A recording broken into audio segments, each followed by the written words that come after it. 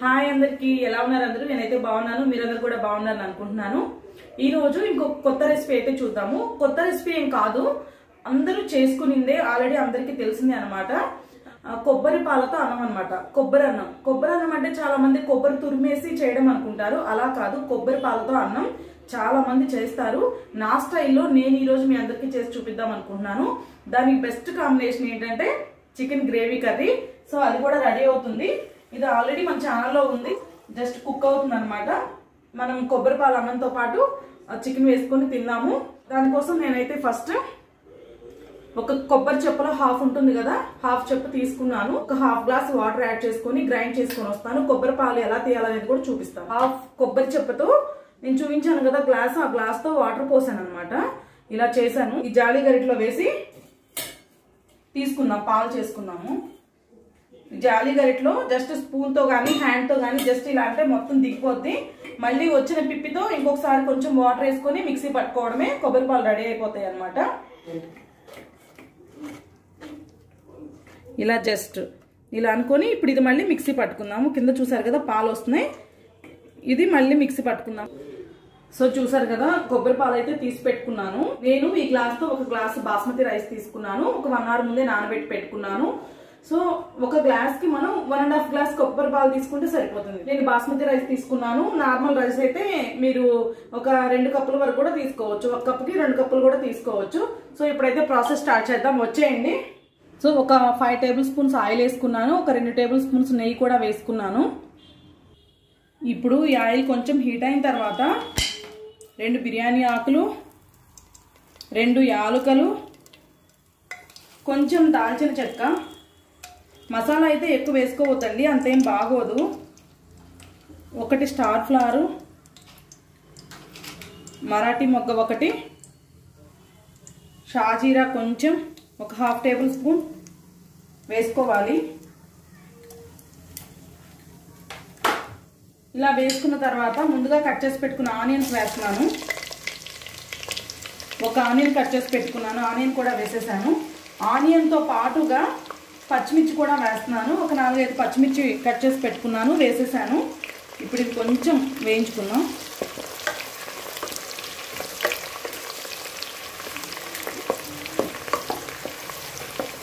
చాలా simple process అండి. మసాలా అయితే అస్సలు ఎక్కువ వేసుకోవద్దు, బాగోదు కూడాను.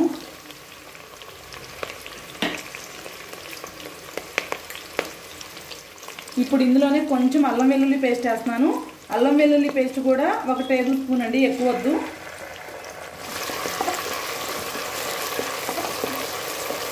పాటుగా కొంచెం కొత్తిమీర, కొంచెం పుదీనా వేస్తున్నాను. ఇవి అసలు ఆప్షనల్ అనమాట.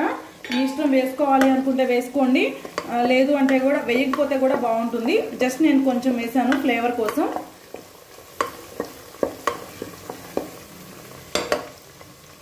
సో ఇప్పుడు ఇందులో ముందుగా కడిగి పెట్టుకున్న బాస్మతి రైస్ వేస్తున్నాను.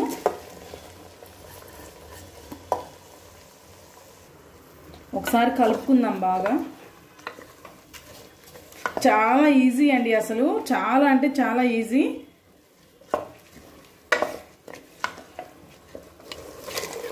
ఒక గ్లాస్కి గ్లాసున్నర అయితే సరిపోతుంది. సేమ్ నేను అలాగే వేస్తున్నాను. సో అంతే, ఎనఫ్ అండి. ఒక గ్లాస్కి గ్లాసున్నర అయితే సరిపోతుంది. కొంచెం బాగా కలుపుకొని సాల్ట్ కూడా వేసుకుందాము, టేస్ట్కి సరిపడా. చూసుకొని వేసుకోండి, మీరు ఎంత తింటారు అనే దాన్ని బట్టి చూసుకొని వేసుకోండి. ఇప్పుడు ఇందులోనే కొంచెం బిర్యానీ మసాలా కూడా వేస్తున్నాను. హోమ్మేడ్ బిర్యానీ మసాలా అన్నమాట, మన ఛానల్లో ఉంది.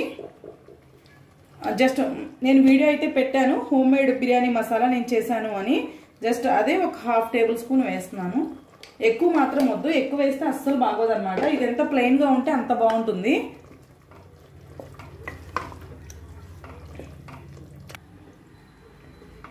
బాగా కలుపుకొని కుక్కర్ మూత పెట్టేసుకుందాము.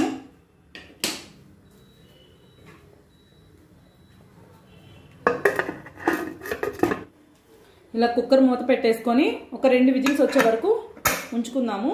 సో చూసారు కదా కుక్కర్ అయితే పెట్టేసాను అనమాట. ఒక 2 విజిల్స్ రాగానే మనం స్టవ్ ఆఫ్ చేసుకుందాము. మన కొబ్బరి పాలన్నం అయితే రెడీ అయిపోతుంది. సో 2 విజిల్స్ వచ్చాయి, చూసారు కదా. స్టవ్ ఆఫ్ చేశాను. ప్రెజర్ పోయే వరకు వెయిట్ చేద్దాము. వెయిట్ చేసిన తర్వాత ఎలా వచ్చింది రెసిపీ అనేది మీకు చూపిస్తాను. సో చూసారు కదా, ప్రెజర్ అయితే పోయింది. ఇప్పుడు మనం చూద్దాము ఫైనల్ అవుట్పుట్ ఎలా వచ్చింది అనేది. చూపిస్తారండి మీకు కూడా దగ్గర నుంచి. చూసారు కదా, చాలా బాగా వచ్చిందనమాట. కాకపోతే ఎప్పుడైనా కొబ్బరి అన్నం మనం తీసిన వెంటనే తినకూడదని కాదు, కొంచెం మెత్తగా అనిపిస్తుంది. ఒక 10 మినిట్స్ అలా వదిలేస్తే చక్కగా వస్తుంది అనమాట.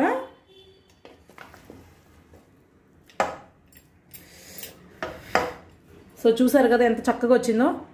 ఇప్పుడు ఇది తినేద్దాం, మనం చికెన్లో పెట్టుకొని తినేద్దాము. సో చూసారు కదా, మనకి కొబ్బరి పాలన్నం చాలా చక్కగా వచ్చింది. మీరు కూడా చక్కగా ట్రై చేయండి. మంచి రెసిపీ అనమాట, హెల్త్ కూడా బాగుంటుంది.